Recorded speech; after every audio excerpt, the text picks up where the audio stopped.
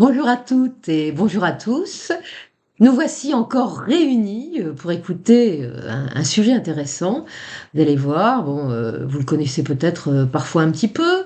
Il s'agit du vol 19, cette fameuse escadrille d'avions américains qui a disparu dans les années 40, mystérieusement, dans ce fameux triangle qu'on appelle celui des Bermudes. Alors cette émission, ou du moins quelque chose qui en rapproche puisque je l'ai modifiée, avait déjà été enregistrée, sur une autre chaîne il y a quelques années et en la cherchant l'autre jour pour comptabiliser toutes mes vidéos, je me suis aperçue qu'elle n'existait plus. Donc j'étais un petit peu surprise. Bon finalement je l'ai retrouvée mais en payant. Faut payer pour voir. Bon, j'ai trouvé que c'était, pas très juste, d'autant qu'on m'a pas prévenu et que ça privait, des gens, de ce sujet. Donc, je la réenregistre avec des éléments supplémentaires, des éléments que j'ai retranchés et j'espère que ça vous plaira et que vous passerez un bon moment, en tout cas, je vais faire en sorte que ce soit le cas. Alors, qu'est-ce qui s'est passé? D'abord, on sait que depuis les années 1945, dans ce fameux triangle des Bermudes, il y a à peu près 250 avions qui auraient été, dit-on, perdus de vue, pour pas dire évaporés, dans cette zone de l'océan Atlantique que l'on connaît sous le nom de triangle des Bermudes. Alors, si on a pu trouver des explications rationnelles depuis à certaines de ces disparitions, ça n'a pas été le cas d'autres qui sont restées jusqu'à ce jour inexpliquées. Les années passant, en effet, nombre d'entre elles n'ont pu être élucidées. Et c'est notamment le cas de ce fameux vol 19, de cette escadrille de 5 avions qui a disparu dans des circonstances pour le moins étranges le 5 décembre 1945. Les 5 Avengers de ce vol n'ont jamais en effet été retrouvés. Il y a eu des investigations qui ont été faites à plusieurs reprises avec des moyens quand même, pour essayer de retrouver au moins les épaves au fond de l'eau. Et en fait, jusqu'à ce jour, on a fait chou blanc. On a retrouvé effectivement des avions, mais c'était pas les bons. Voilà. Donc, on va reprendre la chronicité des faits, parce que vous allez voir que tout ça a son importance, que c'est un enchaînement de choses. Le 5 décembre 1945, à 14h10, les 5 TBM Avengers de l'escadrille 19, qui sont des petits chasseurs bombardiers torpilleurs, petits parce que 7 tonnes, décollent de la base aéronavale de Fort Lauderdale, qui se situe au nord de Miami. Les jeunes pilotes qui sont aux commandes de ces avions doivent réaliser une mission d'exercice, de routine, qui ne présente apparemment pas de difficultés particulières. C'est leur dernier entraînement avant l'obtention d'un diplôme. Et ce jour-là, tout va bien, on relève 18 degrés de température au sol, le soleil brille, dans le ciel flottent quelques rares petits nuages, donc l'horizon est dégagé. Un alizé du sud-ouest souffle en rafale, ce qui est assez commun à cette époque dans cette zone, mais somme toute la météo est favorable, la mer modérément agitée, donc les conditions sont correctes pour remplir la mission. Celui qui dirige l'escadrille est un jeune lieutenant instructeur de 28 ans, il s'appelle Charles Taylor. Il comptabilise 2500 heures de vol, on peut dire qu'il s'agit d'un pilote expérimenté. S'il l'est, tous les jeunes pilotes de l'escadrille ne le sont pas. C'est plutôt d'ailleurs pas vraiment des pilotes très expérimentés sur ce genre de mission. Et bon, certains ont survolé la zone au moins une fois, pratiquement tous. Mais enfin bon, heureusement qu'ils ont un leader et un commandant pour les diriger. En fait, il y a 14 pilotes, ça faut le savoir. Bon, donc les réservoirs des Avengers ont été remplis à ras-bord. Chacun a donc suffisamment de carburant pour effectuer la mission d'entraînement qui a été projetée et revenir à la base. Bon, ce sont des petits réservoirs, donc faut pas s'égarer en route. On a juste le temps de faire ce qu'on a à faire et puis on revient. Donc, oui, ils n'ont pas une grande autonomie en fait, ces avions-là. Ce sont les petites missions. Immédiatement après le décollage, le lieutenant Taylor va donner l'ordre à ses pilotes de mettre le cap sur les Chicken Shoals, qui sont un ensemble d'îlots qui est situé non loin de l'archipel de Bimini, à quelques distances de l'île de Grande Bahama. Cette zone d'exercice se situe à peu près à 195 km de la base de Fort Lauderdale. Comme prévu, ils arrivent sur site, ils larguent leur torpille sur un navire cible qui repose sur des hauts fonds situés tout près des îlots de Hens and Chickens. Donc tout va bien. Une fois leur mission accomplie, ils vont réaliser un large virage et garder le même cap sur 73 miles avant de virer à nouveau pour prendre un nouveau cap qui leur permet de rejoindre la base de Fort Lauderdale.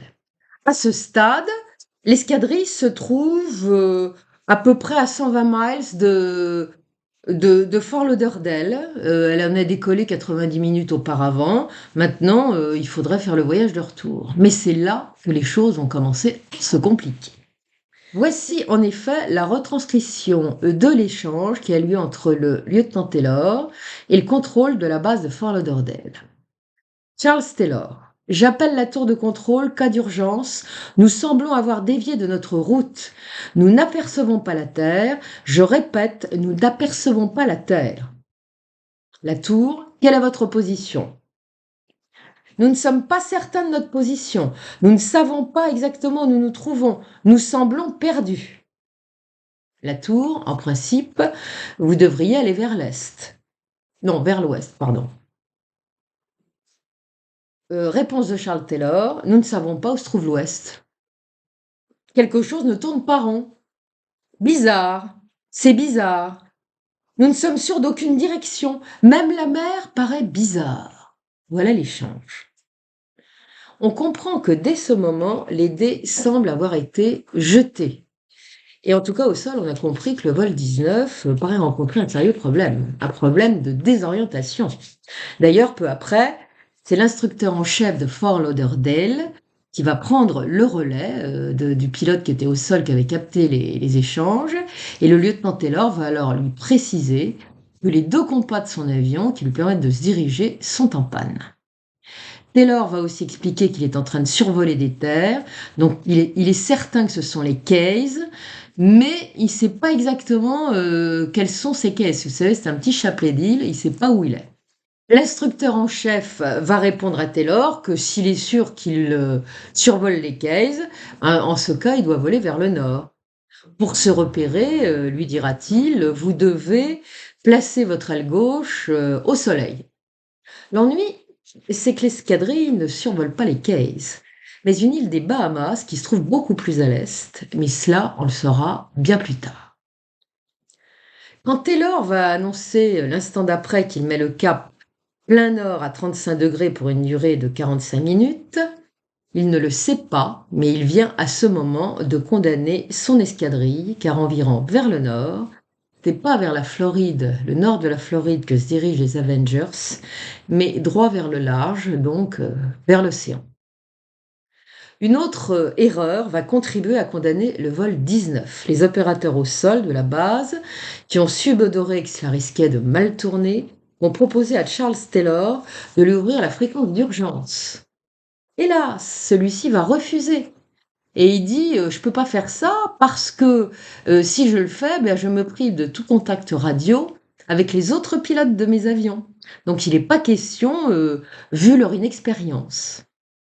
Et puis le contrôle va l'entendre un peu plus tard, annoncer qu'il prend un cap à 90 degrés pour 10 minutes. Désormais, et sans le savoir, c'est plein est que les Avengers vont se mettre à foncer en s'éloignant toujours davantage des côtes de Floride. Dès 15h30, non 15h40, le contrôle de Fort Lauderdale ne parviendra plus qu'avec de grandes difficultés à localiser l'escadrille. Outre cela, la fréquence radio qu'elle émet est de plus en plus brouillée. Les voix des pilotes qui continuent d'échanger entre eux sont pratiquement inaudibles à certains moments. Et à 16h, la tour de contrôle de Lauderdale va capter un nouveau message qui est plutôt stupéfiant. Le lieutenant Taylor semble avoir délégué en effet le commandement de l'escadrille à un autre pilote, qui est le capitaine George Stivers, qui est en l'occurrence supérieur en grade à lui-même qui est lieutenant seulement. Les contrôleurs vont en effet lui entendre annoncer, enfin c'est Stivers ou Stevers, je ne sais pas comment ça se prononce, qui parle, et voilà ce qu'il dit: «Nous ne sommes pas certains de notre position. Nous devons nous trouver à 225 miles au nord-est de la base, ça fait environ 360 kilomètres, on s'éloigne. Nous avons dû survoler la Floride et nous sommes probablement dans le golfe du Mexique.» Oula, oula. Alors pourquoi ce transfert ponctuel du commandement? Ben, on peut se poser la question, on n'aura jamais la réponse. En attendant, aux alentours de 16 heures, les conditions météorologiques vont commencer à changer.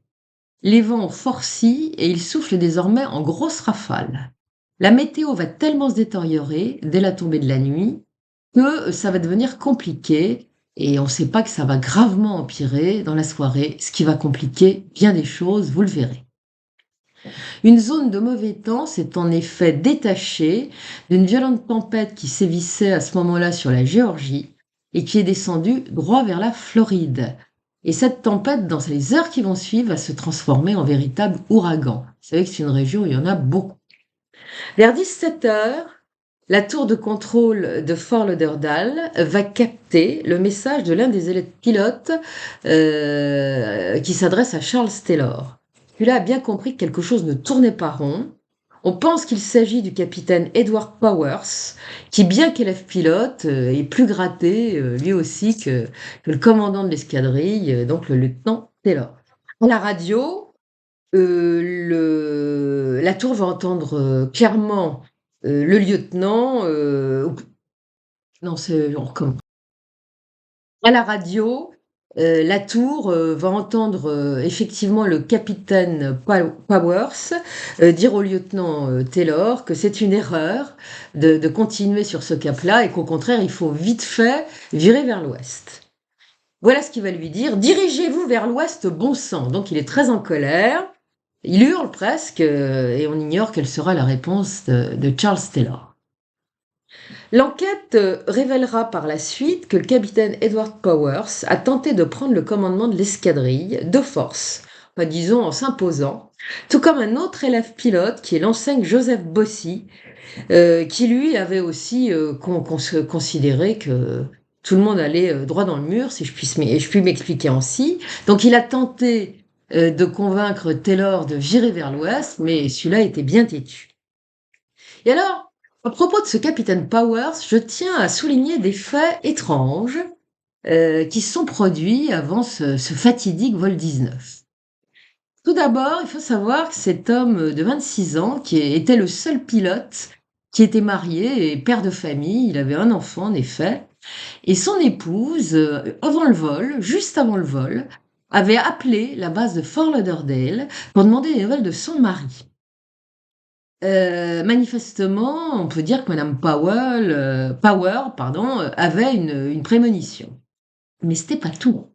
Le second fait est très étrange et il s'était produit 2 mois auparavant, alors que ce capitaine était stationné sur la base aéronavale de Miami. Il n'avait pas encore rejoint Fort Lauderdale. Et lors d'un vol de routine, lui et son copilote vont tout bonnement découvrir en plein vol, que leur mitrailleur, qui est un certain Michael Belvito, a tout bonnement disparu. Il n'est plus dans l'avion. Les opérations de sauvetage ne permettront pas de récupérer son corps, on ne le retrouvera jamais. Visiblement, la porte de l'avion a disparu. L'enquête sera menée et on ne trouvera jamais, on n'élucidera jamais le mystère et on ne retrouvera jamais le cadavre du mitrailleur. Que s'est-il passé? Parce qu'ils n'ont rien entendu, d'un seul coup, il n'y avait plus personne. Voilà. Avouez quand même que c'est pas banal. Il semblerait également que son parachute ait disparu. Alors, ce type est devenu fou d'un seul coup? Il a sauté? On ne sait pas. On ne sait pas. En tout cas, quelle mouche l'aurait piqué pour qu'il fasse une chose pareille. En tout cas, ça restera une étrangeté et je tenais à le souligner parce que c'est quand même pas banal ça aussi. On en revient quand même à notre sujet. Depuis un moment, les contrôleurs de la base de Fort Lauderdale, qui tentaient de maintenir le contact avec le vol 19, se sont bien aperçus qu'il y a un vent de panique qui est en train de souffler et qui s'est emparé des pilotes de l'escadrille. Et ce qui venait de capter, là, des échanges entre Powers, Taylor et Bossy, bah, ça confirme bien que les nerfs commencent à lâcher et que bah, maintenant, ça coince un peu, chacun a son idée et ils sont vraiment dans le pétrin, comme on dit. Alors il y a de quoi, parce qu'ils sont bien conscients aussi que les choses ne s'arrangent pas en raison de la météo qui devient de plus en plus difficile. Et c'est pas tout, c'est que la nuit tombe, et elle tombe vite. Et aucun des pilotes n'est rompu vraiment au vol de nuit, à part Taylor. Donc c'est très ennuyeux cette histoire-là. Donc, avisé de la situation par la tour de contrôle, le commandant de la base de Fort Lauderdale va alors décider de prévenir son état-major. C'est vous dire que ça devient grave. Et il donne l'ordre en même temps d'alerter les gardes-côtes, l'US Coast Guard, et immédiatement, les gardes-côtes vont faire décoller un avion de reconnaissance pour essayer de retrouver le vol 19. À 17h15, on va encore entendre la voix du lieutenant Taylor qui annonce au milieu d'intenses grésillements que son escadrille a enfin mis le cap vers l'ouest. Mais il est singulièrement trop tard. Après une longue plage de silence, il semblerait qu'on ait encore entendu le lieutenant demandant à ses pilotes de rester en formation serrée et de se préparer à amérir. Donc là, ça ne va plus. Il aurait aussi précisé que dès que l'un d'entre eux n'aurait plus que 45 litres de kérosène dans son réservoir, eh bien, tous les avions de l'escadrille, sans exception, devraient se mettre à descendre en vue de l'amérissage. Par la suite, certaines sources prétendront que le contenu de tous les échanges radio de ces pilotes, à ce moment-là, n'aurait pas été divulgué, que ça serait resté dans le domaine du très confidentiel. Donc, je tiens à le souligner. Selon certaines sources, un ultime message, presque inaudible, aurait été capté vers 18h20, et ce message, vous allez le voir, est tragique. Voilà ce qu'il dit: nous entrons dans l'eau blanche, nous sommes complètement perdus. On apprendra dans le cadre de l'enquête qu'un échange radio a également eu lieu entre le lieutenant Taylor et un pilote instructeur des forces aéronavales, qui s'appelle le lieutenant Robert Cox. Ce dernier était en vol dans la zone et quand il a entendu les échanges radio, il a proposé de porter secours à l'escadrille en perdition. Hélas, il ne va pas pouvoir le faire parce que son commandement va émettre un veto absolu. Pas question qu'on risque de perdre en vol un nouveau pilote. Et mieux encore, le commandement va donner l'ordre qu'aucun avion de secours ne décolle de Fort Lauderdale. Ce qui veut dire que tous les avions vont rester au sol. On va laisser les Avengers se débrouiller.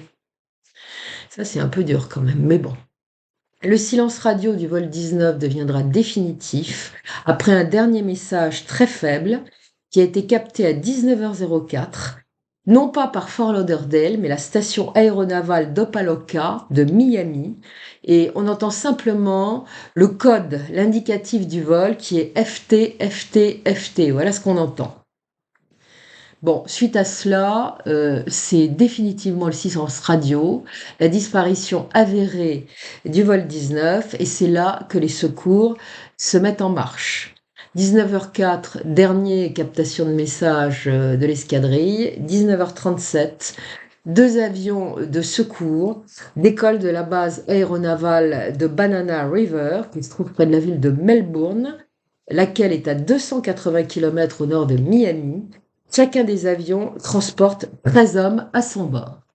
Donc, ces deux avions de secours sont deux hydravions de type Mariner PBM5.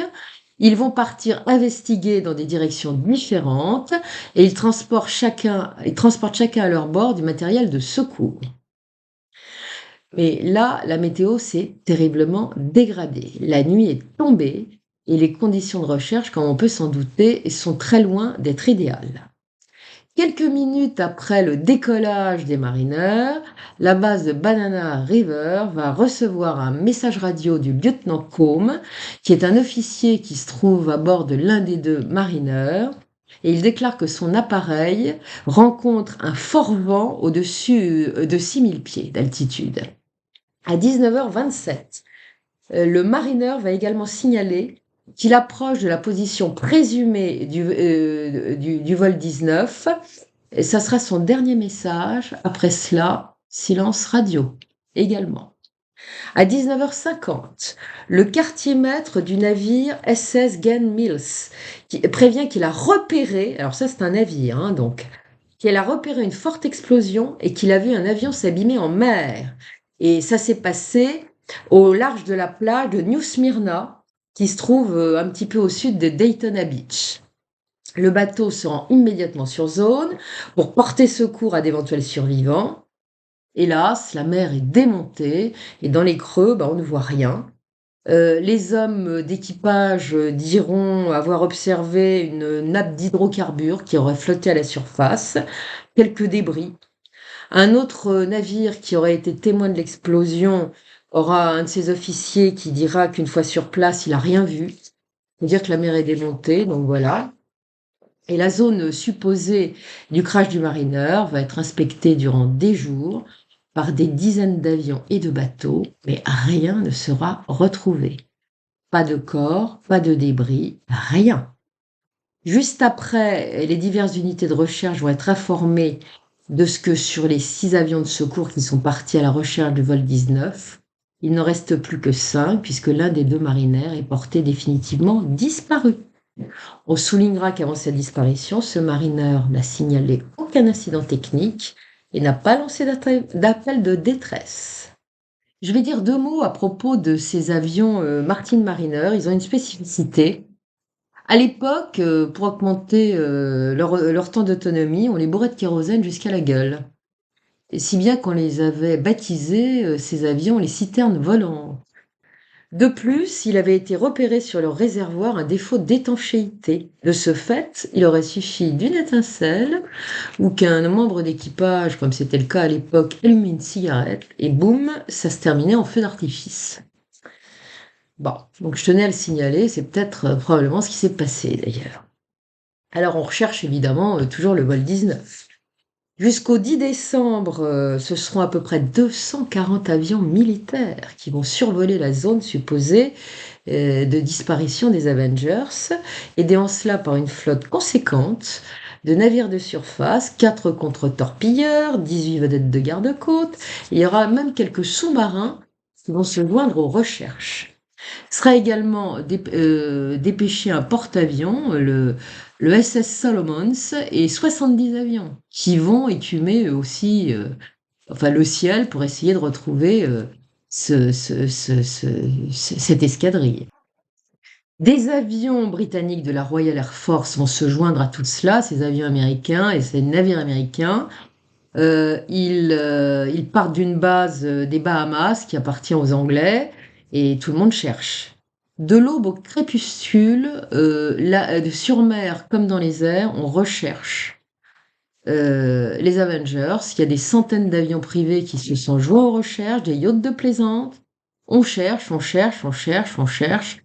Puis on va finir par abandonner parce que la mer est déchaînée, que maintenant, risque d'y avoir de la casse, notamment pour les bateaux. Et les avions aussi, puisque le vent souffle, il y a un ouragan. Hein. Donc, bon. Dans les jours qui suivront, un cargo marchand, son équipage va signaler avoir aperçu le jour fatidique, vers 19h30, une explosion dans le ciel et avoir entendu une déflagration. Est-ce que c'est les Avengers ? Bizarre, parce que normalement, ils n'ont plus d'essence dans leur réservoir. Alors, comment pourrait-il exploser ? Ça restera un mystère. Qu'est-ce qui s'est passé ? En tout cas, l'ultime message du vol 19, tout comme cette explosion inexplicable, resteront un mystère comme tant d'autres dans cette histoire-là. Durant les semaines qui vont suivre, durant les mois, on va regarder la surface de l'océan, évidemment, pour voir si on voit des débris. On va inspecter les plages, toutes les plages de Floride, des Bahamas. Rien, pas le moindre débris. On ne retrouvera jamais rien des Avengers. Pas plus que du Martin Mariner qui a disparu, donc cet avion de secours. Ce sont ainsi 6 avions en tout et 27 hommes d'équipage qui se sont brusquement évaporés dans ce fichu triangle des Bermudes. Alors bien entendu, il va y avoir une enquête, hein, c'est classique, et cette enquête va s'appesantir sur l'erreur humaine, cela va de soi, qui aurait été évidemment commise par le lieutenant Charles Taylor. On lui fera ainsi grief d'avoir commis une erreur d'appréciation concernant la zone qu'il survolait. L'enquête soulignera aussi que ce pilote était avant tout un pilote de combat de haut niveau qui avait la spécificité de voler à l'intuition. Et les instruments, c'était tout à fait accessoire. Et d'ailleurs, il se dit qu'il se serait déjà perdu, c'était pas la première fois qu'il s'égarait, et que même il aurait fait un amérissage en mer. C'est vous dire qu'il était un peu casse-cou, le bonhomme, et que les instruments de bord, les compas et tout ça, et les règles de sécurité, c'est pas trop son fort. En tout cas, on noterait également qu'il n'était pas très expérimenté sur la zone où il s'est perdu, puisque, il venait juste d'intégrer la base de Fort Lauderdale. Il avait survolé 2 fois la zone d'entraînement, c'est tout. Donc, voilà. Et puis certains experts, qui ont été, missionnés au cours de l'enquête vont dire que comme il se sentait perdu, bah, parce que les instruments de bord, n'affichaient pas, bah, finalement ce qu'il pensait que c'était, bah, il a dit, «Ça fonctionne pas». Bon, donc on va lui faire grief de cela. Mais, il y avait quand même d'autres pilotes, dans les Avengers. Alors certains avaient déjà survolé la zone et l'un d'entre eux connaissait fort bien, la zone. Donc, bon, ça n'explique pas tout non plus. Et puis il faut savoir qu'il y a pas que les 2 compas de l'avion du lieutenant Charles Taylor qui sont tombés en dysfonctionnement. Et voilà, donc c'est quand même très étrange cette histoire-là.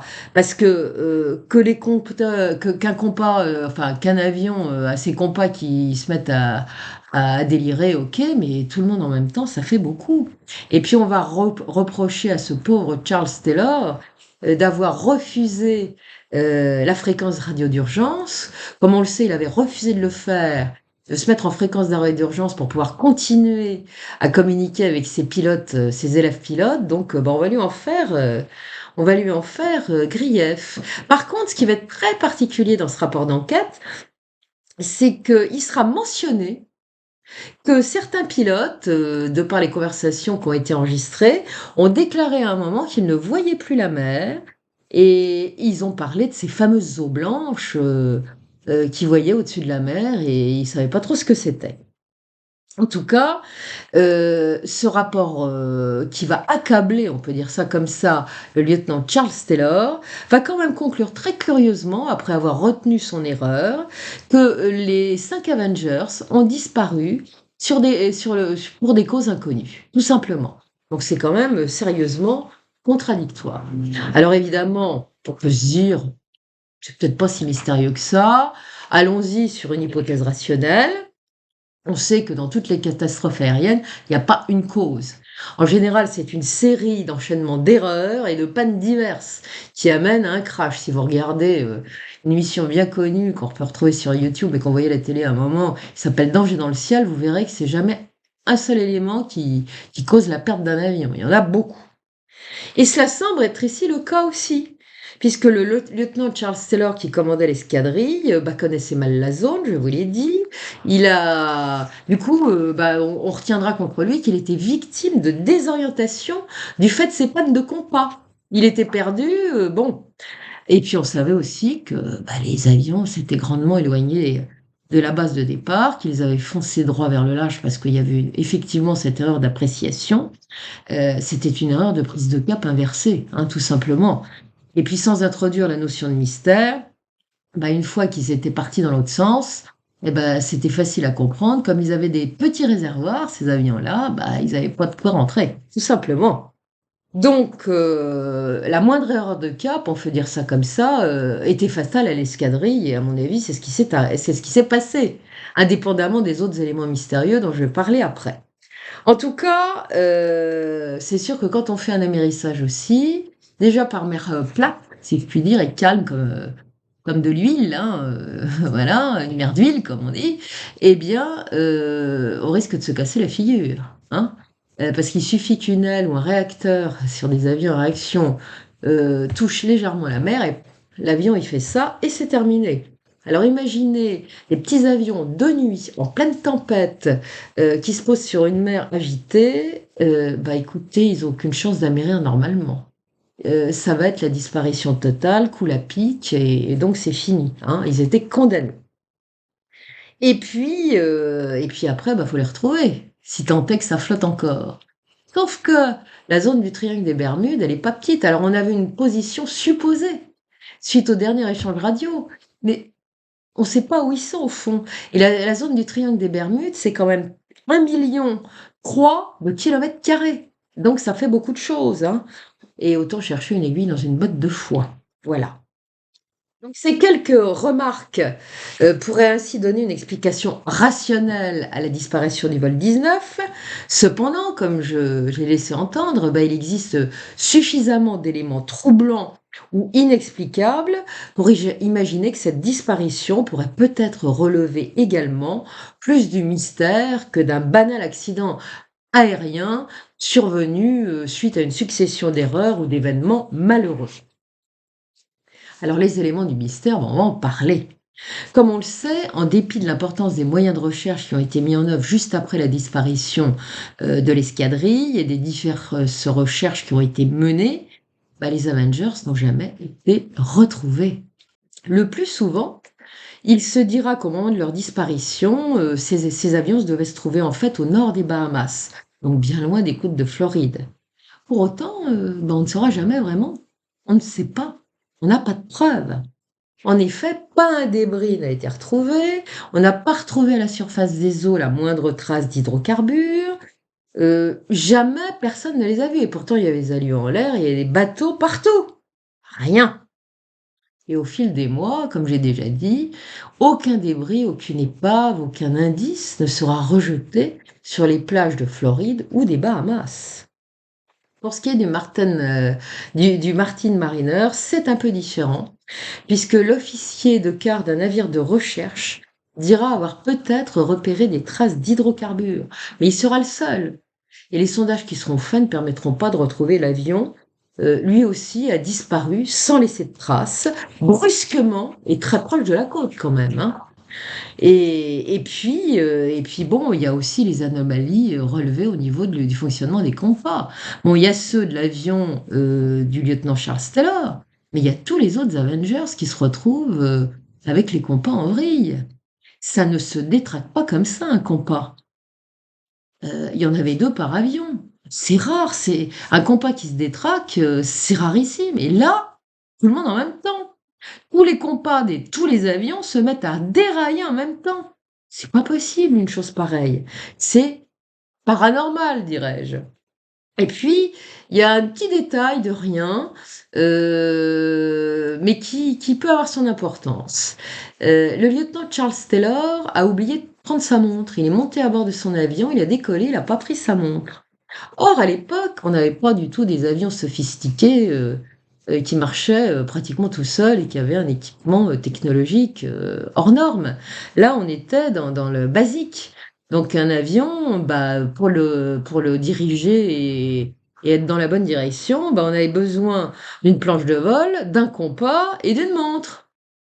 À défaut de quoi, bah, on n'arrivait pas à trouver son cap, à calculer sa vitesse, ses machins, ses trucs ou je ne sais trop quoi d'autre. Alors comment est-ce que ce lieutenant a pu oublier sa montre avant de s'envoler? Et puis bon, s'il l'a oublié lui, cette montre qui est nécessaire à faire les calculs, les pilotes quand même, les autres pilotes n'ont pas tous oublié leur montre.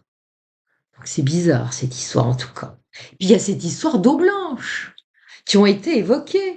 Juste avant la coupure définitive des communications radio, on entend clairement, nous entrons dans l'eau blanche, nous sommes complètement perdus. Qu'est-ce que c'est que cette histoire?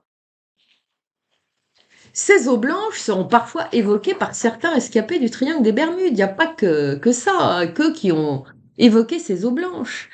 Et beaucoup diront, parmi ces rescapés, avoir eu du mal à faire le distinguo à ce moment-là entre le ciel et la mer. Et on peut même dire, rappeler que ce phénomène particulièrement étrange a été qualifié d'éblouissant par le grand Christophe Colomb 5 siècles auparavant. Lui aussi naviguait dans ces parages et il a vu ces eaux blanches. Et puis, il y a eu également des astronautes depuis le ciel qui ont repéré au moins une fois une lueur terrestre étrange sur les eaux du triangle des Bermudes. Donc c'est quand même très particulier. Et puis, pour ce qui est des communications radio, on sait aussi qu'entre la Floride et les Bahamas, il existe une sorte de zone de silence, comme au Mexique. C'est-à-dire qu'à cet endroit, inexplicablement, les communications radio sont interrompues.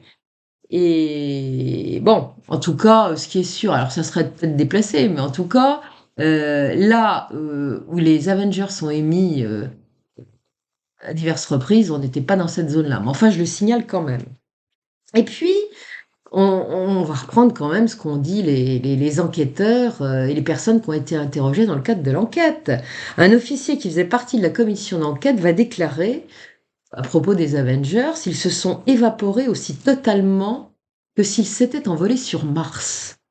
Et puis il y en a un autre parmi les enquêteurs qui dira publiquement: cette perte sans précédent en temps de paix constitue un mystère total, le cas le plus étrange auquel l'aéronaval n'ait jamais été confronté. Un officier des gardes-côtes qui a témoigné dans le cadre de l'enquête va dire: le diable m'emporte, on n'a aucune idée ce qui a bien pu se passer. Donc c'est un grand mystère et pourtant les gardes-côtes, ils ont l'habitude du sujet, si je puis dire. Et lors d'une interview qui va suivre la divulgation des conclusions de l'enquête, un officier du renseignement qui s'appelle le capitaine Wingard va déclarer sans ambiguïté que les membres de la commission d'enquête ont été incapables de déterminer ou même de subodorer les causes de la disparition. C'est dire. Rappelons aussi que la mère, bon alors ça c'est plutôt anecdotique, mais enfin bon je le dis quand même parce que les femmes et les mamans en général ont de l'intuition sur ce qui arrive à leurs enfants. Et la mère de l'un des pilotes disparus dira avec force à la presse qu'elle a bien du mal à envisager le décès de son fils parce qu'elle a le sentiment, la nette impression, l'intuition qu'il est encore vivant quelque part dans l'espace. Quant au scientifique qui connaît bien la zone et qui a découvert en 1968 la fameuse chaussée de Bimini, eh bien il faut en parler. Il s'agit du docteur Hanson Ballantyne et celui-là va déclarer un jour au Miami News, qui est un journal local de Miami, ils sont encore là, en parlant des Avengers, mais dans l'autre dimension d'un phénomène magnétique qui pourrait être l'œuvre d'un ovni. Ce que l'on sait moins, c'est que le matin du jour fatidique, un autre avion de la base de Fort Lauderdale, qui effectuait un vol d'entraînement, a eu un petit souci aussi au niveau de ses compas. Panne de compas inexplicable, il n'a pas pu rentrer à la base de Fort Lauderdale et il a dû se poser à 80 km au nord sur une autre base. Les pilotes du vol 19 en ont-ils été informés? L'histoire ne le dit pas. Mais ce qui est certain, c'est que le lieutenant Charles Taylor s'est présenté très en retard à la réunion d'instruction qui a précédé le vol fatidique. Ça, on en est certain. Et ce lieutenant aurait demandé à l'officier instructeur en chef à être exempté de vol. Il voulait pas voler ce jour-là. Il n'en aurait pas donné le motif. Malheureusement, comme il n'y avait personne pour le remplacer, on lui dit: mon cher, on n'avait pas le choix, vous montez dans votre avion et hop. Pourquoi il a fait ça si c'est réel? A-t-il eu un mauvais pressentiment? Mais pressentiment de quoi? Est-ce que c'est cette appréhension de voler qui l'aurait un peu perturbé et ce qui aurait amené à ce qu'il oublie sa montre avant de monter dans son avion? Enfin bon. En tout cas, ce qui est établi en revanche, c'est que l'un des élèves pilotes du vol 19, qui s'appelle le caporal, pardon, Alan Costnar, bah lui, il s'est pas présenté à l'appel au moment du décollage. Il y a une raison à ça.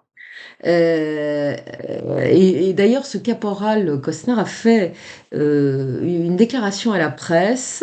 Il se considérait comme un rescapé. Il va dire: je suis incapable d'expliquer pourquoi, mais pour une raison bizarre, ce jour-là, j'ai décidé de ne pas faire partie du vol. Et on va apprendre aussi par un officier de la base de Fort Lauderdale qui s'appelle le lieutenant Wirching, que effectivement le capitaine n'avait pas voulu monter à bord le jour fatidique. Celui-là, il le rappellera, avait participé au lourd combat de Guadalcanal. Il devait être démobilisé 4 mois plus tard et quelques mois auparavant, il avait déjà demandé à se faire systématiquement exempter de vol, mais ça lui avait été refusé. Et le matin du 5 décembre 1945, il avait vraiment pas envie d'y aller. Il voulait pas s'envoler l'après-midi. Il l'avait dit à ce lieutenant Wirching, qui lui avait dit aller voir le médecin de l'état-major. Et ce médecin qui avait toujours refusé de l'exempter de vol, ce jour-là, va accepter de l'exempter et mieux encore, jusqu'à la fin de son engagement. C'est-à-dire que pendant les 4 mois qui lui restent, il ne volera plus. Et ce lieutenant va être remplacé par un autre lieutenant. Ce caporal va être remplacé par un lieutenant qui est le lieutenant Forrest James Gerber. Et comme les autres, hélas, cet homme-là ne reviendra pas de sa mission. Il a vraiment pas une bonne étoile au-dessus de la tête. En attendant, en apprenant ça, le caporal Costner est effondré parce qu'il se trouve que le lieutenant Gerber est un ami proche. Donc, quelque part, vous savez ce qui se passe dans ces cas-là, ben, il en ressent une énorme culpabilité. Et il y a un autre élément mystérieux qui va être dévoilé concernant ce drame, presque 30 ans plus tard, en 1974. Et cela provient d'un journaliste et écrivain qui s'appelle Art Ford, qui s'est intéressé depuis l'origine à cette disparition du vol 19. Celui-là va révéler lors d'une émission de télévision qu'un message du lieutenant Taylor aurait été capté par un radioamateur et ce message disait ceci: ne partez pas à ma recherche, ils viennent d'une autre dimension. Sur le moment, le journaliste n'a pas vraiment prêté attention à cette petite phrase, mais ce n'est que plus tard qu'il va s'y intéresser de façon très sérieuse. L'idée va lui venir ainsi d'interroger les familles des pilotes disparus. Certaines ont fait pression sur les autorités militaires et elles ont obtenu d'elles la transcription officielle des échanges radio de tous les pilotes. Et Ford sera autorisé à consulter partiellement la transcription de certains de ces échanges radio. Et il retrouvera effectivement mentionné parmi eux une phrase prononcée par le lieutenant Taylor, corroborant les dires du radioamateur, en l'occurrence, ne partez pas à ma recherche. Que l'on va apprendre également, encore beaucoup plus tard, c'est que le lieutenant Cox, qui semble-t-il a eu un ultime échange avec le lieutenant Charles Taylor, vous vous souvenez, c'était le pilote qui était dans un autre avion et qui voulait se porter à son secours et qui n'a pas été autorisé à le faire par le commandement. Eh bien, lui a demandé l'autorisation donc à sa hiérarchie de faire les choses et on lui a dit bah non, il n'en est pas question, tous les avions restent cloués au sol, vous bougez pas et puis c'est terminé. Voilà. Ce qui sera dévoilé aussi bien des années après, c'est que deux des pilotes de l'escadrille, en l'occurrence le capitaine Edward Power et l'enseigne Joseph Bossy, ont désespérément tenté de prendre le commandement de l'escadrille et d'en évincer Taylor. Cette situation insolite aurait fait suite à des corrections de cap que ces pilotes qui avaient compris que leur commandant d'escadrille se trompait, lui avaient demandé de faire d'urgence et il avait dit non. Et c'est pour ça qu'il a été décrit, dit dans le rapport d'enquête que le pauvre Taylor aurait été frappé d'aberration mentale et c'est pour ça que sa responsabilité va être entièrement retenue. Et pourtant, il y avait quand même des contradictions flagrantes dans cette enquête. Les enquêteurs se sont, donc on le sait, appesantis longuement sur l'erreur humaine commise par ce lieutenant pour finalement préciser dans leur conclusion que la disparition des 5 Avengers reposait sur des causes inconnues. C'est pas très cohérent et c'est plutôt contradictoire. Ce qui est certain, c'est que la maman du jeune lieutenant Taylor, qui s'appelle Catherine Taylor, bah, elle va pas l'entendre de cette oreille. Elle a mené sa propre enquête et elle veut absolument faire disculper son fils de cette terrible accusation. Et elle va y réussir, figurez-vous, puisqu'en 1947, le comité de correction des archives navales va exonérer son fils de tous les actes répréhensibles dont il a été accusé et le disculper de sa responsabilité pour des pertes de vie humaines et d'avions appartenant à la Navy. Alors, évidemment, je vais dire quand même deux mots du triangle des Bermudes.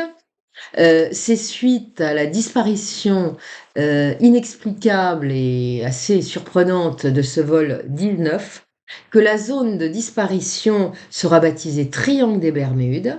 Et à l'occasion de cela, on rappellera plus que jamais toutes les disparitions inexpliquées d'avions et de navires qui se sont produits dans cette zone de l'océan Atlantique. Cette zone maudite forme un triangle qui est délimité à sa pointe nord, comme vous le voyez, par les Bermudes. Ça s'étend au sud de la Floride, en longeant la côte, vous voyez, pour aboutir sur la troisième pointe, à l'île de Porto Rico.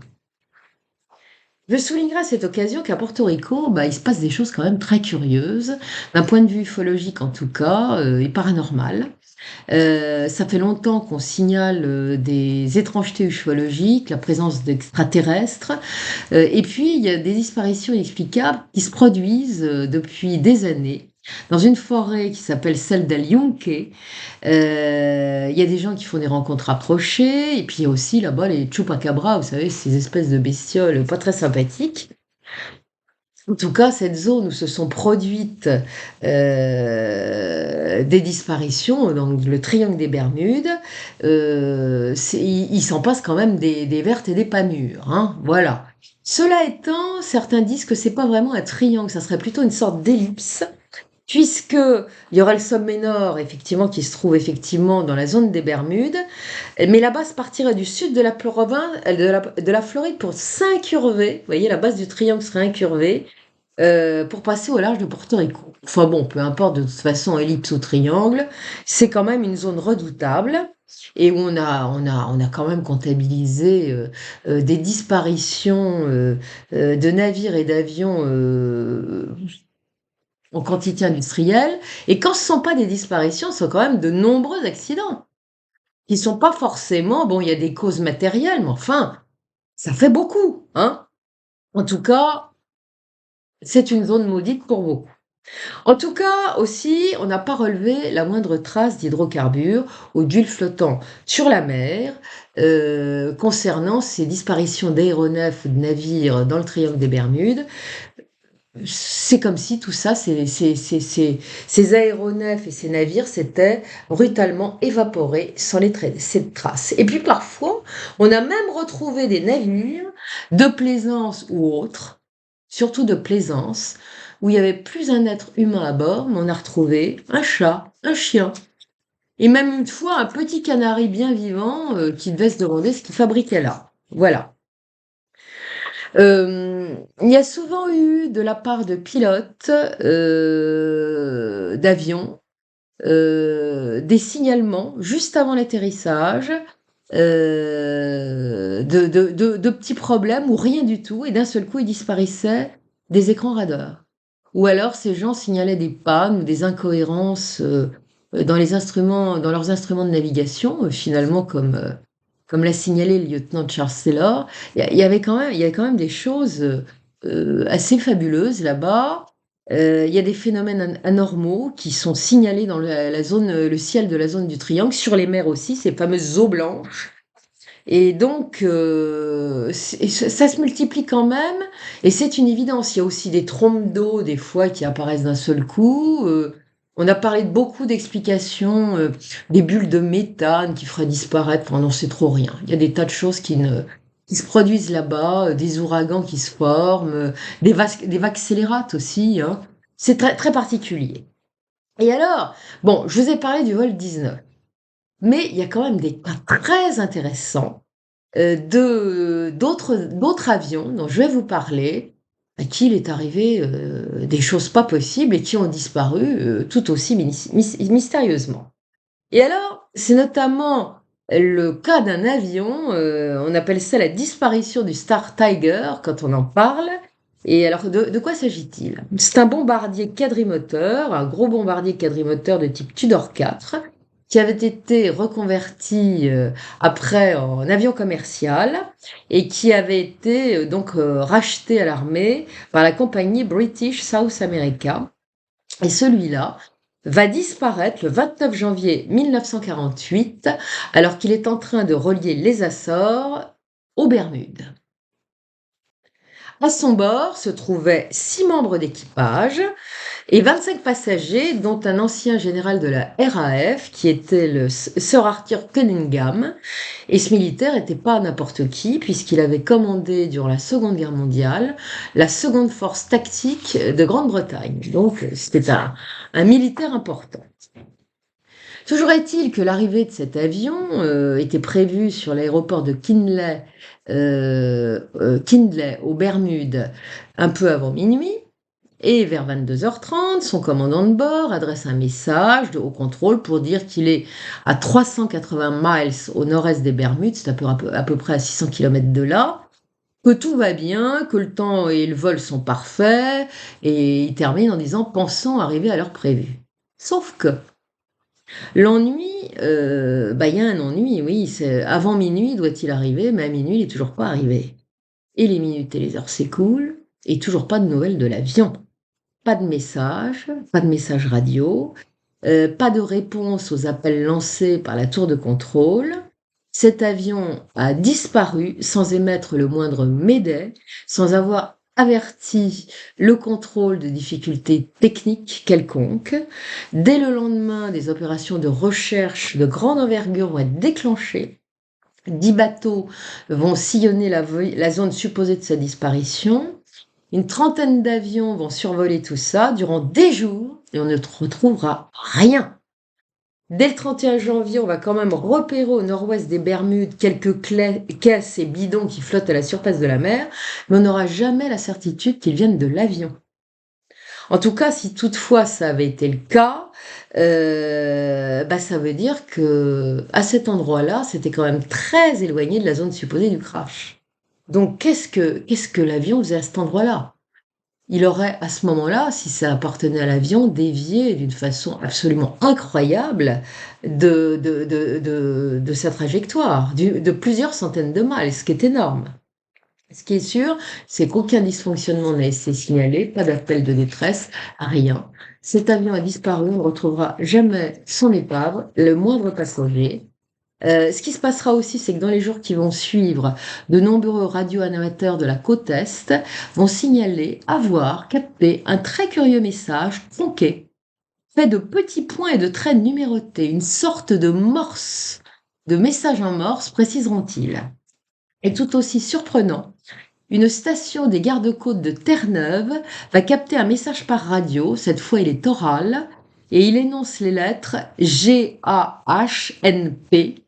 Et qu'est-ce que c'était que ça? C'était simplement rien de moins que l'identification du Star Tiger. Alors évidemment, on va dire que ce sont des petits plaisantins qui se sont amusés à faire cette farce morbide. C'est possible, c'est fort possible. Mais le temps passant, vous savez très bien que ça fuite toujours les mauvaises blagues. Eh bien, ça ne fuitera jamais. Donc on ne saura jamais exactement si cette histoire relevait du canular ou du mystère. Hein, ça restera un point d'interrogation. En tout cas, il y aura une commission d'enquête, à chaque fois qu'il y a une disparition, un crash d'avion, qui va être missionnée par le ministère britannique de l'aviation civile, qui va rendre des conclusions troublantes. Dans son rapport, il sera dit en effet qu'il n'était même pas envisageable que cet avion puisse s'être abîmé en mer, du fait d'ennuis mécaniques ou de radio, de manque de carburant ou de déviation de cap, d'erreurs d'altitude ou de conditions météorologiques difficiles, puisqu'il n'y en avait pas ce jour-là, parce qu'il s'agissait d'un avion sûr. Bon, rien n'est sûr, le Titanic, on savait que c'était sûr, mais enfin bon. En tout cas, il disait sans ambiguïté que les causes de la disparition restaient inconnues, et c'est effectivement le cas, puisque il s'est rien passé, l'avion n'est jamais arrivé. Voilà, tout allait bien, et puis après, plus rien. Il va y avoir une disparition mystérieuse également dans le triangle des Bermudes, qui est celle d'un DC-3 de la compagnie Airborne Transport. En début de soirée du 28 décembre 1948, ce DC-3 qui arrive de Miami se pose sur l'aéroport de San Juan à Porto Rico. Son commandant signale que ses batteries sont déchargées par manque d'eau, ainsi qu'une panne de phare d'approche. Vous savez, on voit toujours les lumières des avions qui s'allument quand ils vont atterrir. Il y en a un des deux qui est en rade. Bon, cela étant, le commandant de bord tient pas du tout à s'éterniser à Porto Rico. Il dit pour le phare d'approche, on verra ça plus tard, tant pis, je continue mon vol jusqu'à destination avec un seul phare, et puis voilà. Donc il va redécoller pour Miami, de l'eau a été remise dans les batteries, elles vont se recharger, ça on le sait, durant le vol grâce au générateur des turbines des moteurs. Bon, c'était quand même, les batteries étaient quand même bien à plat, puisque durant la phase de roulage qui précède le décollage, eh bien, l'avion ne pouvait même pas émettre de message à destination de la tour de contrôle. Elle entendait les messages de la tour, mais elle ne pouvait pas émettre. En tout cas, cet avion DC-3 s'envole sans encombre à 22h30, avec à son bord 7 membres d'équipage et 13 passagers. Et quand sa radio va émettre à nouveau normalement, quelques minutes plus tard, les batteries sont chargées, il n'y a plus de problème. Le commandant annonce qu'il prend son cap vers Miami. Il va dire que la météo et la visibilité sont bonnes. Mais voilà qu'à un moment, cet avion ne répond plus aux appels de la tour de contrôle. Et à 23h23, ça revient. Les communications sont rétablies. Le commandant, qui s'appelle Robert Lindquist, annonce son altitude. Il dit qu'il se trouve à 1100 km de Miami et qu'il pense arriver à destination vers 4h du matin. Par la suite, le contrôle va recevoir des messages de routine, dont un plutôt amusant qui dit « Vous n'imaginez pas ce qui se passe, nous chantons des cantiques de Noël. » Bah oui, on est en pleine saison. Donc, pour le mieux, à bord. À 3h40, le contrôle de Miami reçoit un nouveau message qui signale la position de l'avion à 80 km au sud. Le commandant de bord, Lindquist, va dire qu'il aperçoit les lumières de la côte et que tout va bien, son approche se déroule normalement, donc il va pas tarder à arriver. Très curieusement pourquoi ce message radio n'a pas été signalé directement au contrôle de Miami. En fait, il a été capté par une autre tour de contrôle qui se trouve à des milliers de kilomètres et qui l'a répercuté au contrôle de Miami. Miami va accuser réception du message, va transmettre au DC-3 que le vent vient de tourner, qu'il passe de nord-ouest à nord-est. Le vol dit oui, il n'y a pas de souci, on prend note. Et après cela, c'est plus rien. Silence radio. L'avion n'émet plus, il n'atterrira jamais sur l'aéroport de Miami. Aussitôt, on mettra de gros moyens de recherche en place pour le retrouver. Ça sera vain, on ne retrouvera jamais cet avion. Aucune explosion n'a été signalée par des navires ou d'autres équipages volant dans le secteur, ou même depuis le sol, puisqu'il longeait les côtes. C'était une zone maritime très fréquentée. Nul n'a rien vu, rien entendu. Le rapport d'enquête précisera que l'avion était conforme, qu'il était en état de marche, qu'il avait fait l'objet de révisions et de maintenance régulières, même si son carnet de bord n'était pas à jour, que si ses batteries étaient défaillantes au départ de San Juan à Porto Rico, ses systèmes électriques avaient parfaitement fonctionné puisque les batteries s'étaient rechargées. Bon, on dira dans le rapport aussi qu'il avait un excédent de poids de 53 kg, mais qu'est-ce que c'est que 53 kg? C'est rien du tout. Donc, rien de problématique. Et pourtant, le bureau d'enquête conclura à des causes inexpliquées. On n'a jamais retrouvé cet avion. Puis il y a un autre avion aussi qui a disparu mystérieusement. On l'appelle le Star Ariel. Le 17 janvier 1949, juste après, un an près, la disparition du Star Tiger, eh bien voilà que celui-là va disparaître également dans le secteur des Bermudes, dans des conditions que l'on peut qualifier de tout aussi troublantes. Le Star Ariel, c'est un avion de même type que le Star Tiger. Il appartenait, celui-là, à la British South American Airways. Il venait de Londres et il se dirigeait en destination finale vers Santiago du Chili. Donc il était prévu qu'il fasse des escales de ravitaillement, dont l'une aux Bermudes, et ensuite il repartait pour une autre escale de ravitaillement à Kingston en Jamaïque. Et donc voilà, il décolle des Bermudes pour aller à Kingston. Les conditions météo sont idéales. 55 minutes après son envol, le commandant s'adresse au contrôle aérien des Bermudes. Il envoie un message de routine en disant qu'il va changer de fréquence, que le temps est beau, et que donc il prend la fréquence de Kingston, qui a un indicatif de fréquence qui est le MRX. Et il signale qu'il atterrira à l'heure prévue. Au revoir les Bermudes, bonjour Kingston. Ce sera l'ultime message de l'avion. Là encore, le Star Ariel n'arrivera jamais à destination. Là encore, de gros moyens de recherche vont être immédiatement mis en œuvre par la Navy américaine notamment, qui fait des exercices dans les parages. Un cuirassé, le Missouri, ainsi que plusieurs contre-torpilleurs vont participer aux recherches. Des avions décolleront de 2 porte-avions américains qui sont dans les parages. Les Britanniques vont faire décoller des avions d'une base qu'ils ont à la Jamaïque et d'une autre qui se trouve aux Bermudes. 72 avions de recherche vont se déplacer souvent en formation serrée et scruter des milliers de miles d'océan pour suivre la trajectoire du Star Ariel des Bermudes à la Jamaïque, et on ne trouvera strictement rien. Aucune épave. Les gardes-côtes ont sillonné aussi la mer, aidés par des appareils de l'Air Force mobilisés.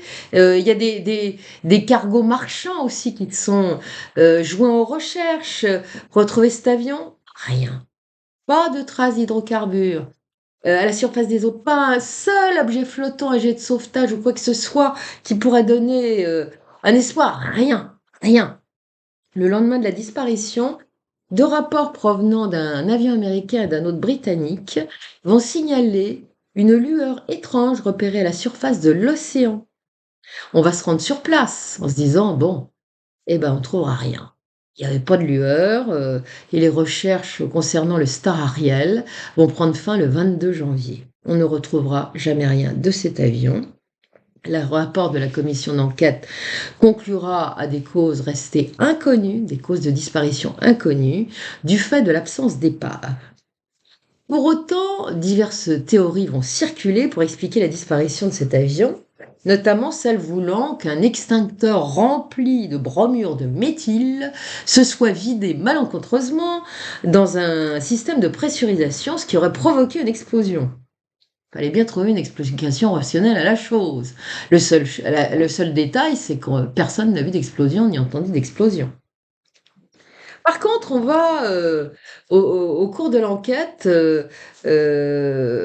avoir des surprises. Bah oui, notamment un phénomène inattendu va être répertorié. Les conditions étaient bonnes au niveau de la météo, mais pourtant, des problèmes de communication radio vont affecter plusieurs avions qui volaient dans la région, dans la zone, au moment où le Star Ariel s'y déplaçait. Et tous ces avions ne pouvaient plus joindre le contrôle aérien. Ça allait du simple brouillage des communications jusqu'à des totales impossibilités de communiquer qui pouvaient durer jusqu'à 10 minutes, hein, quand même. Et puis, on a aussi découvert une anomalie flagrante lors de l'enquête, à savoir que le dernier message de l'avion indiquait, comme on le sait, un changement de fréquence radio. On quittait les Bermudes pour se mettre sur la fréquence MRX, qui était celle du contrôle aérien de Kingston. Or, qu'est-ce qu'on va découvrir dans l'enquête? C'est que les contrôleurs aériens de Kingston n'ont jamais entendu un mot de l'équipage du Star Ariel. L'avion est resté totalement muet. Et ça, c'est pas normal, parce que s'il y avait une difficulté pour passer sur la fréquence Kingston, il est évident que l'équipage du Star Ariel l'aurait signalé aux Bermudes, avec lesquelles ça marchait très bien. Or, ça n'a pas été le cas. Donc, le Star Ariel, comme tous ces autres avions, a disparu du jour au lendemain soudainement, et on n'a jamais plus entendu parler de rien. Et on continue, parce que c'est pas il y en a encore. Par exemple, le vol 441 de l'US Navy. Donc ça, c'est un super constellation dont vous allez voir la photo là. Alors, ce super constellation a décollé de la base de Patuxent River dans le Maryland le 30 octobre 1954 avec 52 personnes à son bord. J'ai oublié de dire que c'était la photo numéro 20, le super constellation. Alors, pour rejoindre les Açores, il doit obligatoirement survoler la zone nord du triangle des Bermudes. Euh, Précisons que dans cette histoire-là, il ne s'agit pas d'un vol de nuit, mais d'un vol de jour, et que l'avion est terriblement bien équipé, puisqu'il il est équipé d'un radar météo de type ASP-42, qui lui permet de se faire piéger dans des météos difficiles, parce qu'il peut effectivement voir les cellules orageuses, les trucs qui s'annoncent, donc il peut les détourner le cas échéant. Et ce jour-là, bah, la météo est excellente, il y a peut-être quelques petites zones d'orage éparpillées ça et là, quelques petites turbulences aussi qui sont signalées, mais c'est prévisible toujours dans cette zone. Et puis, bon, bah, en cas de besoin, il y a l'équipement pour repérer tout ça. L'avion vole à 17 000 pieds d'altitude, bon, voilà. Alors, on sait que son commandant de bord s'appelait le lieutenant John Leonard. Lui connaît bien son avion, il connaît bien la zone, et puis il connaît bien le trajet, il a plus d'une fois fait le trajet à destination des Açores. Donc, pour lui, c'est presque de la routine.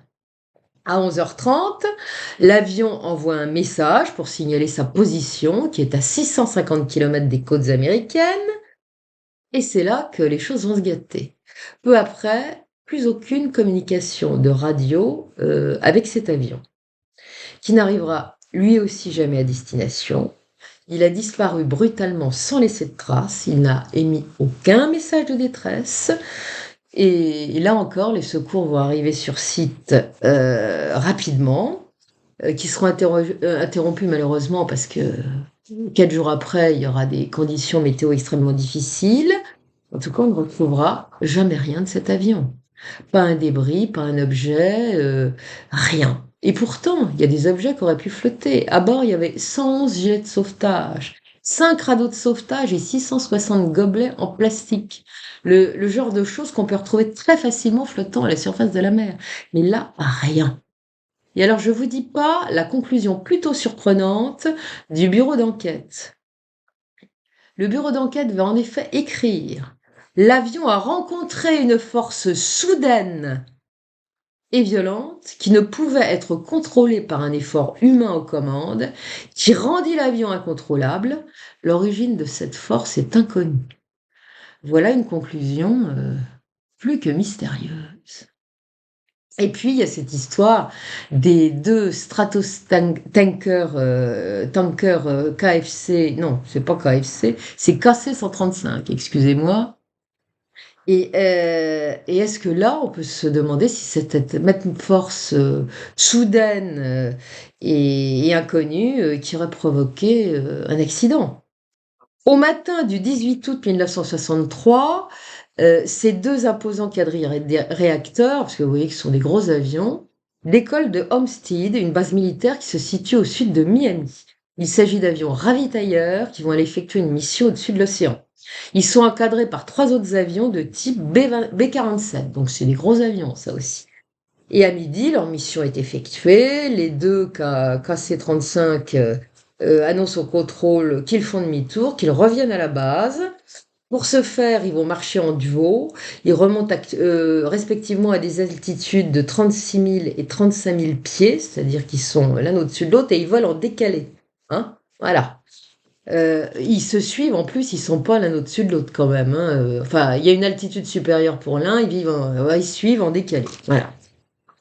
Et on sait qu'à 12h20, les autres avions qu'ils suivent, eh ben, ils vont les voir s'engouffrer dans un petit nuage d'altitude. Et là, les B-47 qui les suivent perdent le contrôle visuel. Et apparemment, bon, ils ne vont pas ressortir des nuages, mais ça les inquiète pas, pas de réaction particulière. C'est un peu plus tard qu'on va commencer à s'inquiéter. Pourquoi? Parce qu'à 13h57, les contrôleurs chargés de la surveillance océanique s'étonnent de ne pas avoir été contactés par ces deux stratotankers KC-135. Et ils avisent la base navale d'Olmsted en disant il y a un problème. Alors évidemment, on va lancer des dizaines d'appels radio, en vain puisque les deux avions ne répondent plus. Même pas à ceux des B-47 qui les suivaient et qui les ont eu de près après jusqu'à ce qu'ils s'engouffrent dans les nuages d'altitude.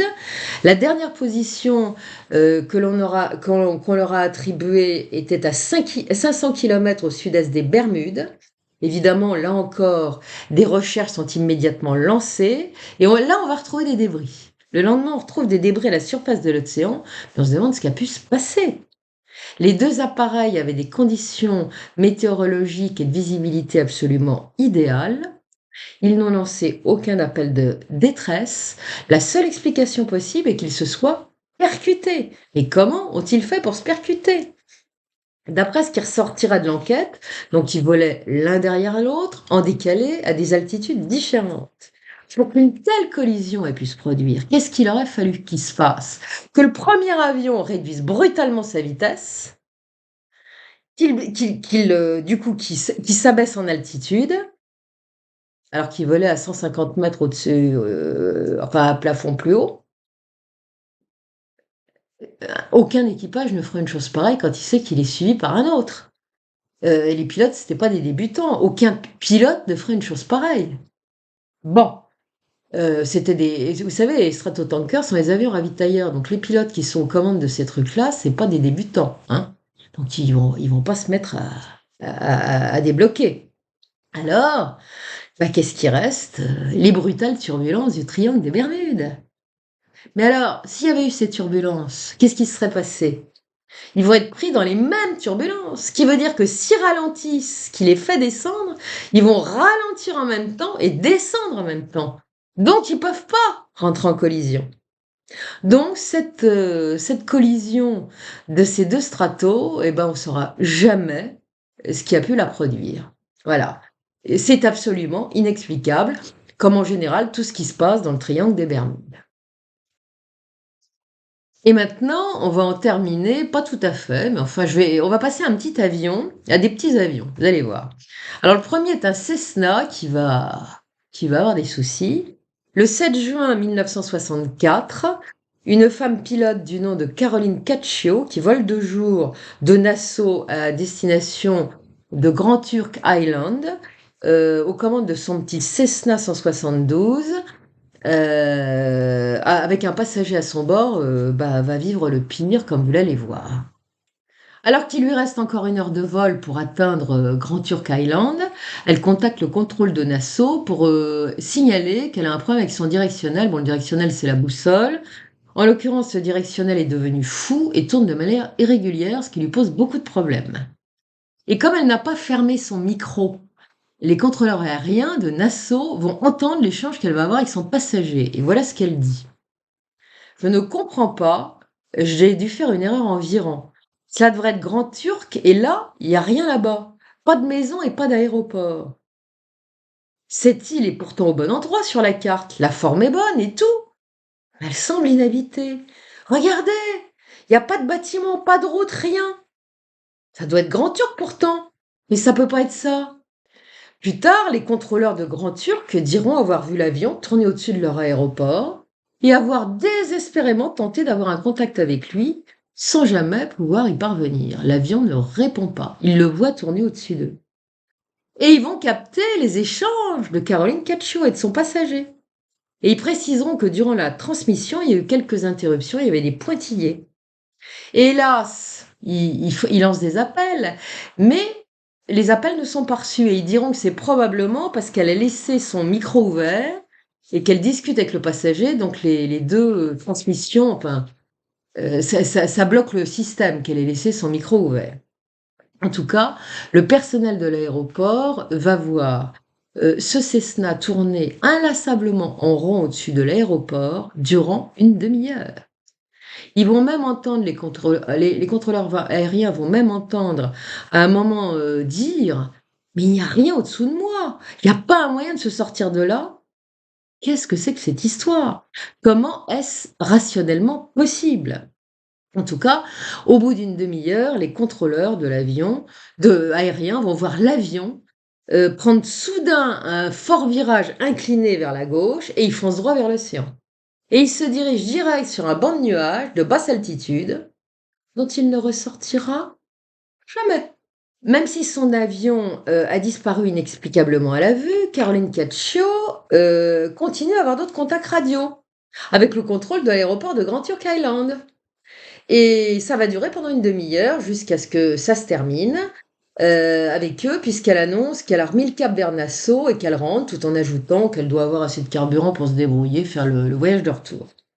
Elle dit: «Bah, de toute façon, si je suis un peu juste, il y a tout un archipel d'îles avec des petits aérodromes, je pourrais toujours me poser pour faire le plein». Bon, donc bah, voilà, donc l'avion continue sa route. Mais à un moment, bah, il y a plus de communication radio avec cet avion. Les contrôleurs de Nassau, n'auront jamais de message de sa part. Ce Grand Turk Island, c'est terminé. On ne reverra jamais le petit Cessna, ni ses 2 occupants.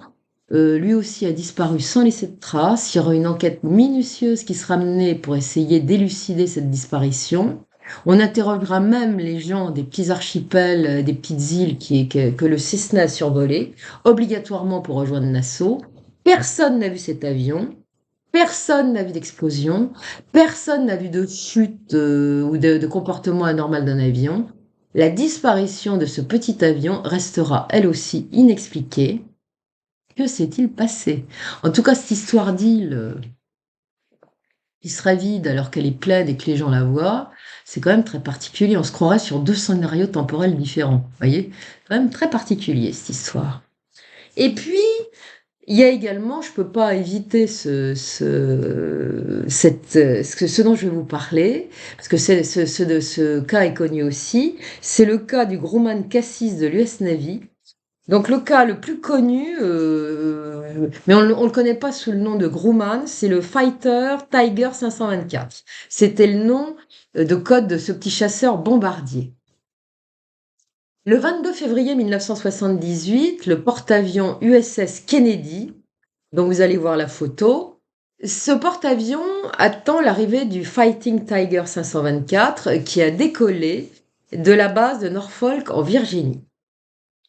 C'est alors que 20 minutes après le décollage, les contrôleurs aériens, qui sont à ce moment-là en liaison radio avec les 2 pilotes de cet avion, vont entendre quelque chose d'assez surprenant. Ils vont entendre l'un des deux l'un des 2 pilotes qui est le lieutenant Paul Smith s'exclamer: «Attendez!» Et en écho, le lieutenant Richard Leonard, qui est son coéquipier de vol, va répondre: «Attendez, quelque chose ne va pas!» En fait, on ne saura jamais ce qui ne va pas, puisqu'après cela, silence radio. Jamais plus il n'y aura de contact radio. Comme on peut s'en douter, les contrôleurs aériens du porte-avions suivent avec une attention soutenue sur leurs écrans radars l'approche du Fighting Tiger 524, et c'est ainsi qu'ils vont constater, quelques 2 minutes plus tard, qu'il n'est plus qu'à une cinquantaine de kilomètres de leur porte-avions, qu'il va virer normalement pour prendre un nouveau cap qui va les mener droit sur ce porte-avions. Le chasseur vole à ce moment-là une altitude normale, 14 000 pieds, à peu près 4 km et demi d'altitude. En soudain, disparition des écrans radars. On essaye vainement de le joindre par radio, ça ne répond pas. Immédiatement, des chasseurs décollent du porte-avions USS Kennedy.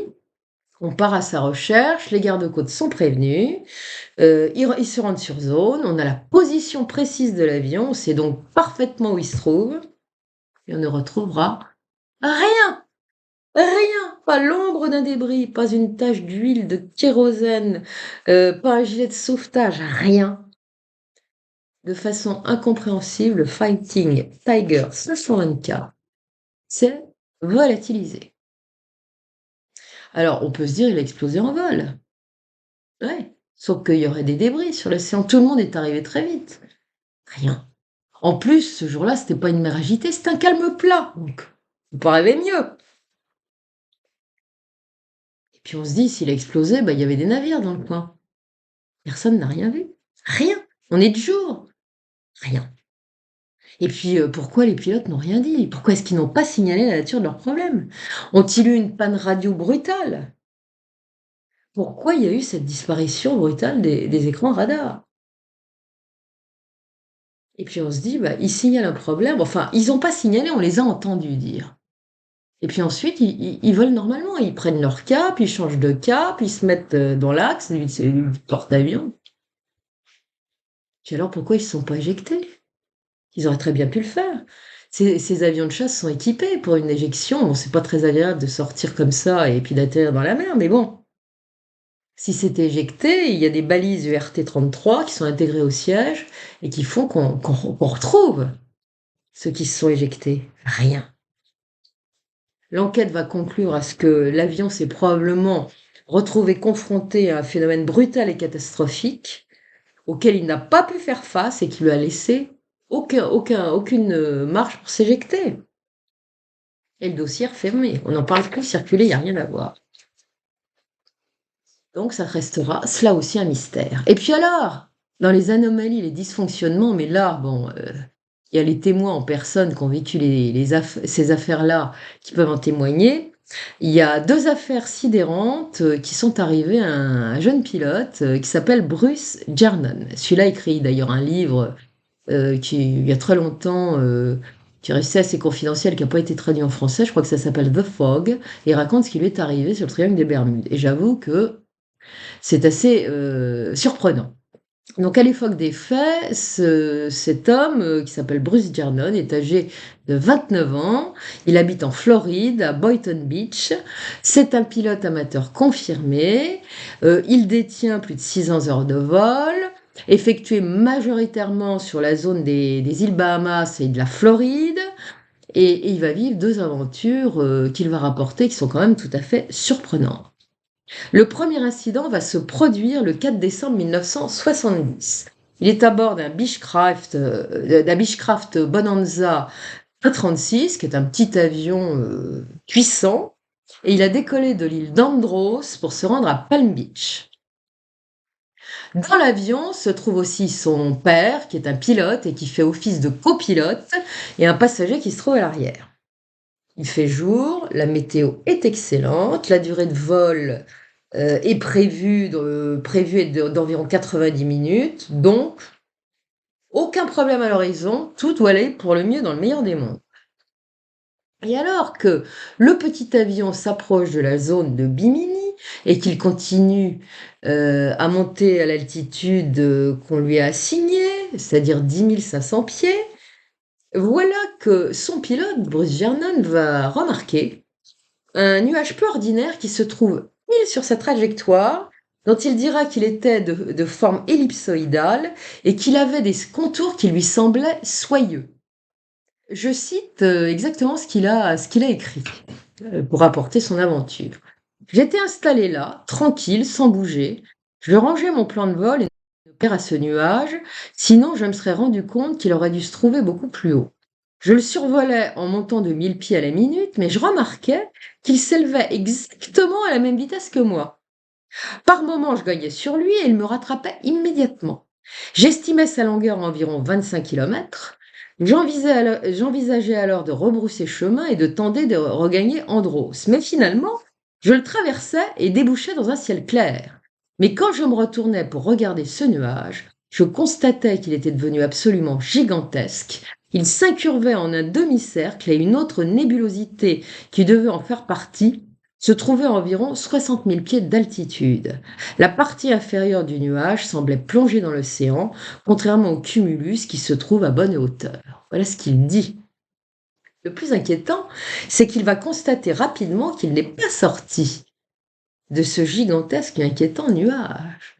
En réalité, il va se retrouver en plein milieu de ce nuage, dans un trou qui est surmonté par le ciel bleu. Ce nuage forme une sorte de couronne. Et désormais, il lui faut sortir du trou parce qu'il est piégé. Son avion tourne en rond afin de tenter d'en sortir et soudain, Gernon aperçoit ce qui lui semble être une sorte d'ouverture dans laquelle il va s'engouffrer. Or, à peine a-t-il pénétré la masse de cet étrange nuage que voilà que ses instruments de bord deviennent fous.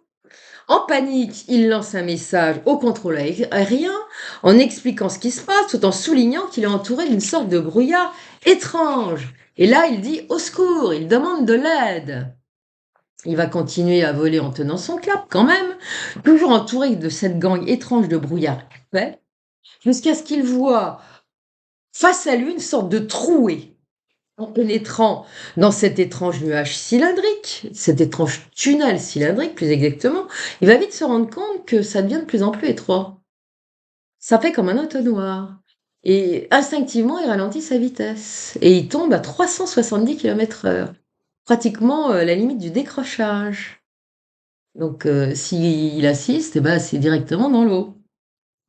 Je cite à nouveau ce qu'il explique. J'avais l'impression de regarder au travers du canon d'un fusil.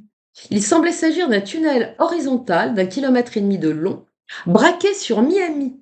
À l'extrémité opposée, j'apercevais le ciel bleu et clair entre le tunnel et la Floride. Bizarre. Il hésite à reprendre de la vitesse car le diamètre du tunnel n'est plus que d'une soixantaine de mètres et ça continue à se rétrécir. Donc il n'a pas le choix. Il tient pas du tout à ce que ses ailes touchent ce tunnel. Il va remettre les gaz et essayer de s'extirper au plus vite de ce truc un peu bizarre. C'est alors qu'il va remarquer que les parois de ce bizarre tunnel sont luisantes et d'un blanc éclatant et que des petits panaches de fumée, de nuages plus exactement, fumeux, tournoient lentement dans le sens des aiguilles d'une montre le long des parois. L'impression que c'est solide, hein, les parois, c'est assez curieux. Il précisera plus tard que sans son pilote automatique, qui permettait à l'avion de rester stable et toujours dans le même schéma, bah, il aurait probablement tourné dans le sens de la rotation des petits nuages et il serait rentré dans les parois du tunnel. C'est son intuition qui le lui a dit. Mais le pire reste à venir. Il n'y a pas d'orage. Et pourtant, l'avion se retrouve dans cette espèce de conduit entouré d'éclairs blancs qui flashent de plus en plus vite et intensément. Il dira que ce monsieur dira, ce pilote dira ainsi que ses passagers, que c'était comme des sortes de flashs qui étaient émis par un stroboscope géant. Vous imaginez le truc, c'est quand même très bizarre. Mais à ce stade, il n'est pas encore au bout de ses surprises, le brave pilote. Parce qu'il va voir se former autour de l'avion d'étranges lignes droites, des sortes de bandes blanches qui convergent vers l'avant, puisque le tunnel pulsant devient de plus en plus étroit. Ce sont des lignes qui forment désormais l'étrange tunnel qui va en se rétrécissant. Et le plus incroyable, c'est qu'entre les bandes blanches, il aperçoit le bleu profond du ciel. Plus tard, Bruce Gernon fera des déclarations surprenantes à des journalistes qui ont eu vent de son aventure et qui sont venus l'interviewer. Et ces lignes dont il dira avoir vu clairement la structure et qu'il les a vues se former, bah, il va les qualifier curieusement de lignes de temps. Toujours est-il que dans les dernières 20 secondes qui précéderont la sortie du tunnel, eh bien les ailes de son avion vont effleurer légèrement les parois de ce boyau un peu bizarre. Et à ce moment-là, qu'est-ce qui va se passer? Bah lui et ses passagers vont avoir l'impression d'une apesanteur. Vous savez, comme quand les cosmonautes dans la station spatiale s'élèvent, bah c'est exactement ce qui va leur arriver. En attendant, le Beechcraft va sortir de ce mystérieux tunnel et en se retournant, eh bien, Gernon va voir qu'il s'effondre sur lui-même. Ça fait une sorte de vortex qui tournoie dans les aiguilles d'une montre. Et il se dit, ça y est, on en est sorti. Bah non, c'est pas fini. Parce que voilà qu'une nouvelle nuée apparaît. Il s'attendait à retrouver le beau ciel bleu de la Floride et il n'en est rien. Le voilà maintenant dans une sorte de brouillard d'un blanc verdâtre. Il évoque une sorte de nuage de brouillard électromagnétique qui dirait être comme collé à l'avion. Et du côté instrument de navigation, compas et compagnie, bah c'est toujours de la folie. Mais ce qui est inquiétant, c'est qu'il ne peut plus contacter le contrôle aérien. Plus d'échanges radio possibles. Le phénomène va s'évanouir aussi rapidement qu'il s'est produit. Donc, inutile de vous dire qu'il y a certainement un petit ouf de soulagement. Et quand il sort de tout ça, bah, il a l'impression et même la certitude de survoler Bimini. Sauf que, bah, l'île qu'il voit, sous ses ailes, bah, c'est pas tout à fait Bimini, il se demande ce que c'est. Mais en tout cas, sans savoir comment, bah, il va se retrouver à nouveau, en vue et même assez proche des côtes de Floride et il va avoir une surprise là. C'est que, son voyage aurait dû durer 90 minutes et là, il va s'apercevoir qu'il a mis que 50 minutes. Il a quand même gagné 40 minutes de temps, ce qui est quand même pas rien.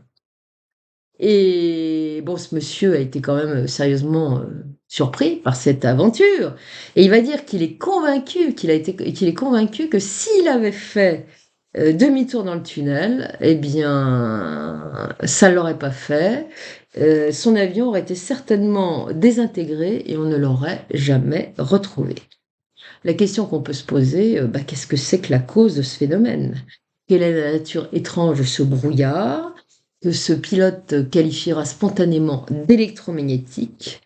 Phénomène, météorologique naturel, inconnu ou autre chose? Et puis, ça va pas s'arrêter là pour ce monsieur. Non, non, puisqu'il va y avoir un second épisode qu'il vivra cette fois avec son épouse quelques années plus tard. Il était toujours à bord, de peut-être du Beechcraft, en tout cas, il volait toujours à bord de son avion et là, il se dirige au nord, vers le nord de la Floride et il survole les Everglades quand soudain, rebrouillard. Mais d'un seul coup, plouf!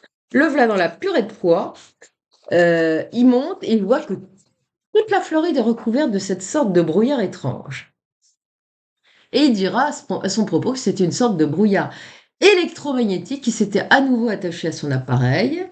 Il contacte le contrôle de Miami. Je lui ai dit: «Écoutez monsieur, il y a pas de brouillard, il y a quelque chose qui va pas, la météo est excellente, on voit pas de quoi vous parlez».